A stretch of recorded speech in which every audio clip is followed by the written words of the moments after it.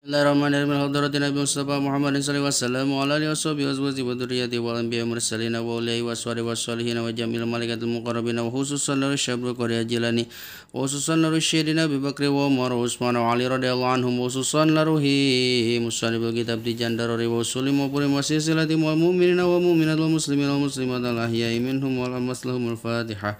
أعوذ بالله من الشيطان الرجيم بسم الله الرحمن الرحيم الحمد لله رب العالمين الرحمن الرحيم مالك يوم الدين إياك نعبد وإياك نستعين اهدنا الصراط المستقيم صراط الذين أنعمت عليهم غير المغضوب عليهم ولا الضالين رب اغفر لنا آمين Bismillahirrahmanirrahim. Wajib sareng wajib ya kita lah diakna Gusti Allah Ta'ala non kaunuhu sami'an sifat kaunu sami'an basiron kaunuhu bukti Gusti Allah teh sami'an eta zat anu nguping basiron tur anu ningali wadiduhuma jeung ari lalawanan sifat kaunu sami'an basiron teh kaunu asoma eta sifat kaunu asoma wa kaunu a'ma sareng kaunu a'ma kaunu bukti Gusti Allah asoma eta anu torek wa kaunu a'ma jeung bukti Gusti Allah teh eta anu lolo wa dalilu jeung ari anu jadi dalilna ala zalika kana yen Allah wajib kasifatan ku sifat kaunu sami'an basiron dalilu sama eta dalilna sifat sama wa dalilul basori sareng dalilna sifat basor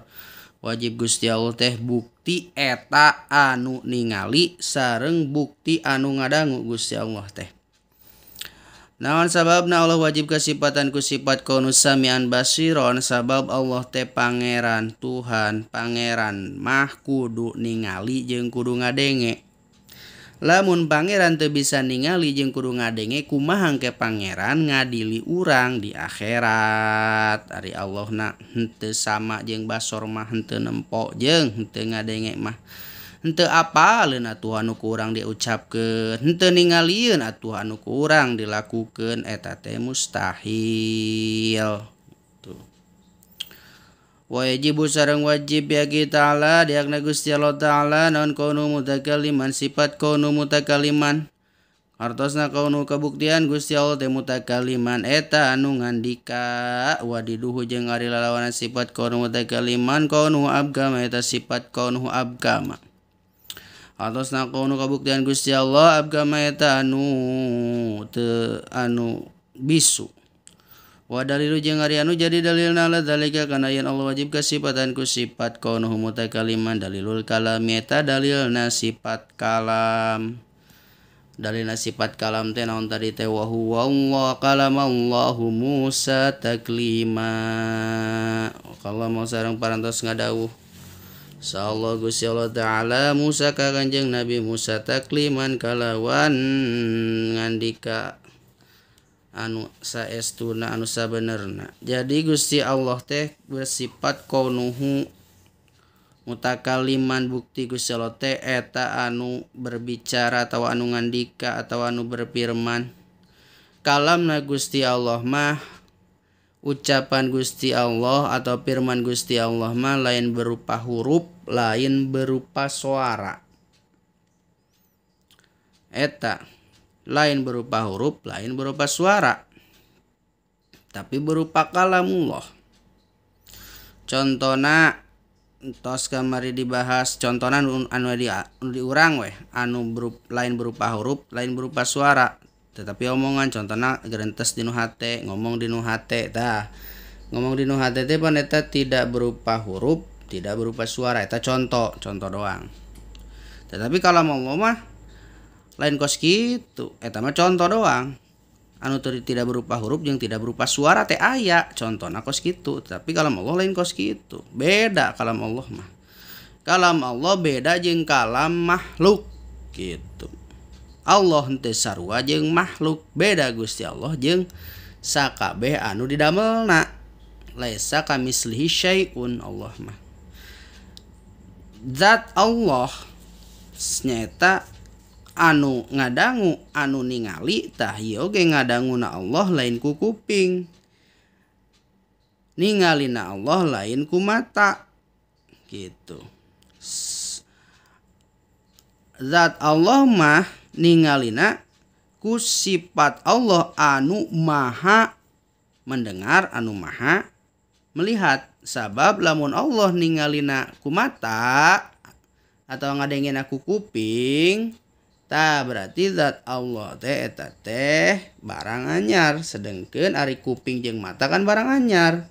Allah mah lain barang anyar, barang Allah mah lain anyar, teu aya nu nganyarkeun ka Gusti Allah mah aya heubeul qadim kekal aya na teh di henteu di awalan ku eueuh heula, aya teh aya. Nah kitu. Ayana teu di awalan ku eueuh, beda jeung makhluk. Lamun urang di ayaan ku di ayana urang di awalan ku eueuhna urang heula. Mata urang mah ningalina beda ku mata jeung ku ningali ku mata jeung ngadengena ku kuping, tah begitu. Mata Gusti Allah beda jeung sakabeh anu alalanyar. Begitulah zat Allah Ta'ala. Urang wajib nekadkeun di jero hate bahwa Allah teh kasifatan ku sifat kaunu samian basiron.